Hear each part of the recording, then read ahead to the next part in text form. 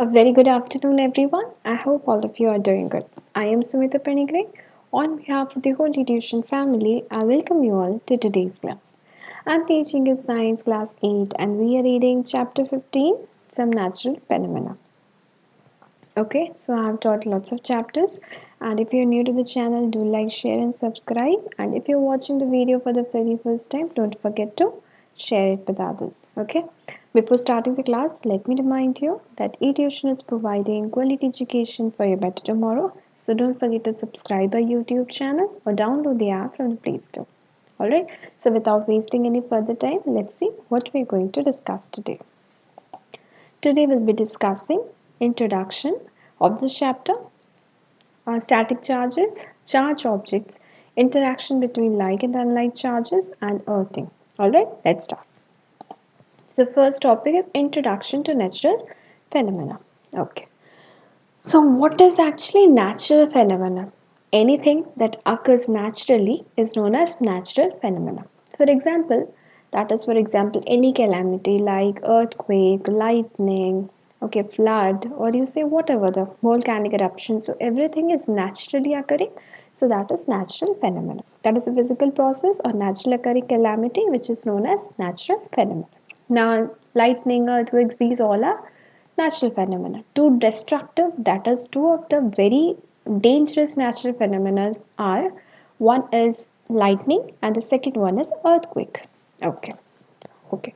So before jumping to the next topic, lightning. How lightning occurs, we all know that sometimes during that of our rainy season we experience lightning because of which many people die or many animals die or there is loss of property, trees fall at a different position. So lightning when it strikes a human it causes death. Okay, so it is very dangerous. So that's why it is advisable whenever there is lightning we should not stay outside.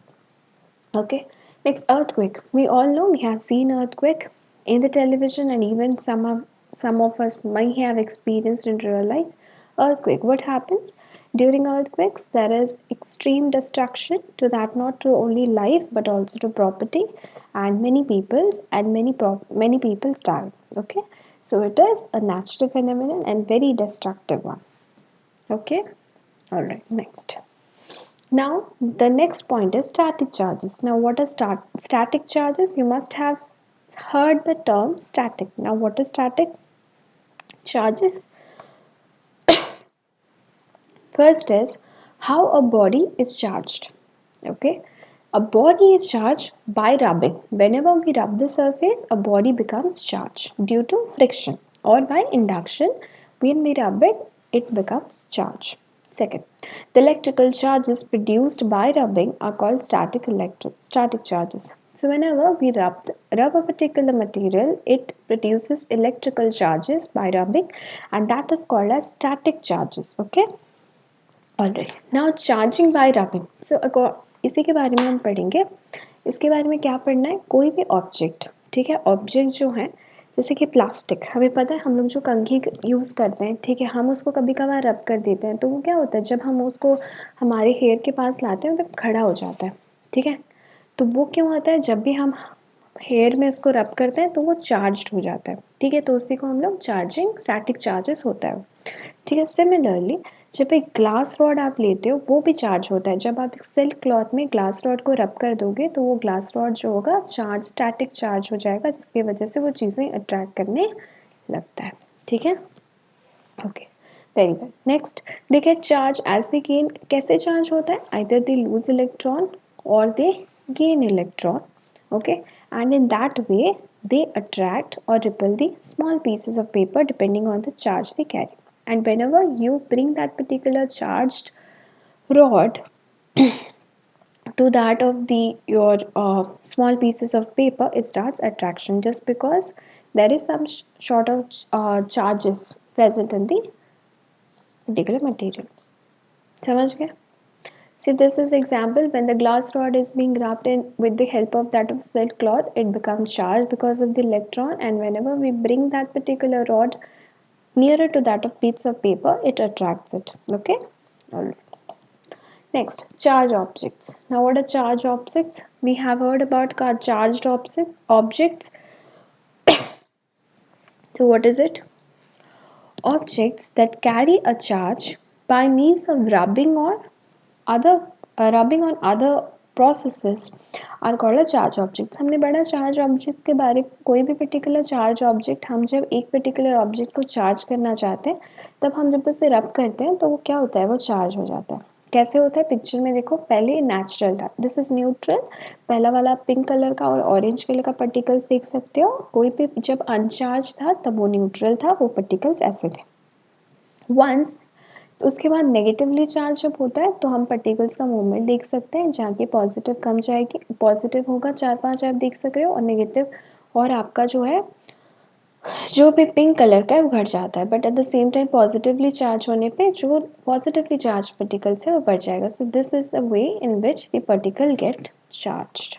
Okay, interaction between like and unlike charges. Now like और unlike charges के बारे में हम सब जानते हैं। Like charges क्या होता है, रिपेल होता है, और अनलाइक चार्जेस अट्रैक्ट होता है। फॉर एग्जाम्पल, अगर आप नॉर्थ पोल और नॉर्थ पोल लगाते हो तो फिर वो रिपेल हो जाता है, और अगर डिफरेंट पोल्स आप नॉर्थ और साउथ लगाते हो तो अट्रैक्ट हो जाता है। पिक्चर में भी वही दिखा है, एक पॉजिटिव नेगेटिव, यानी कि दोनों ऑपोजिट्स अट्रैक्ट करते हैं, और सेम साइंस में आइदर आप पॉजिटिव पॉजिटिव लगाते हो रिपेल, और नेगेटिव नेगेटिव लगाते हो तो भी रिपेल, यानी कि सेम होगा तो रिपेल हो जाएगा और ऑपोजिट होगा तो अट्रैक्ट हो जाएगा। We all know this, right? Okay, next. Now what is the convention of positive and negative charges?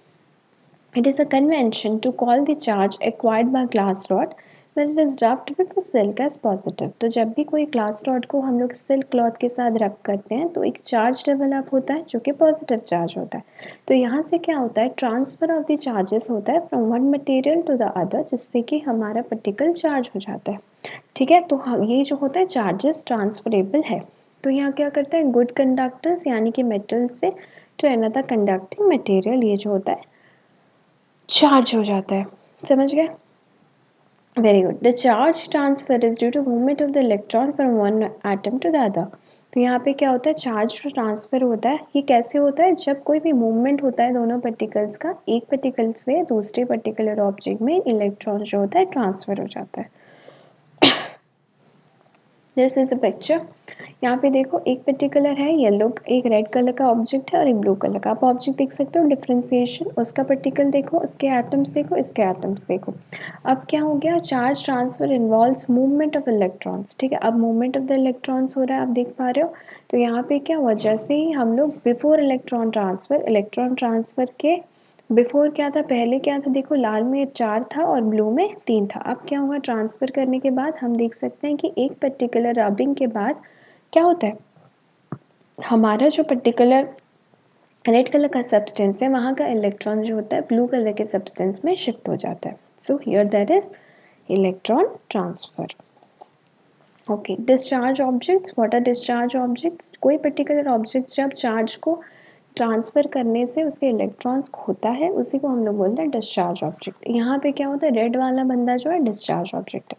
ठीक है, now electroscope. Now what is electroscope? Let's see.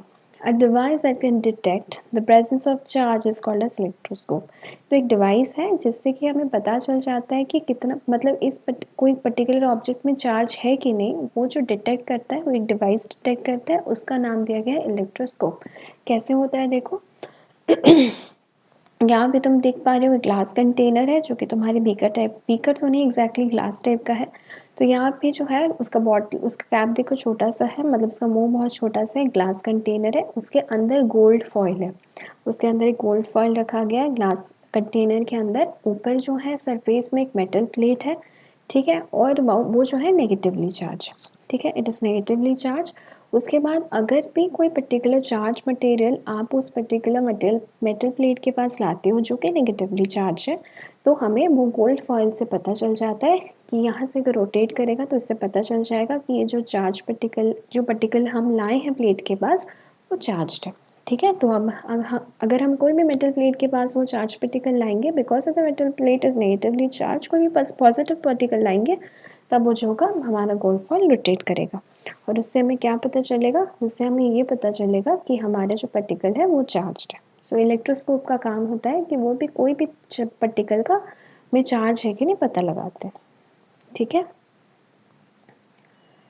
सो यहाँ तक पढ़ना था आज। नेक्स्ट क्लास में हम लोग कुछ नया पढ़ेंगे, फिर से नया चीज़ पढ़ेंगे, ठीक है। So I have started the new chapter in this month, I will be wrapping the chapters. So आप धीरे धीरे करके you start studying by your own, so that will be very easy for you to remember the contents.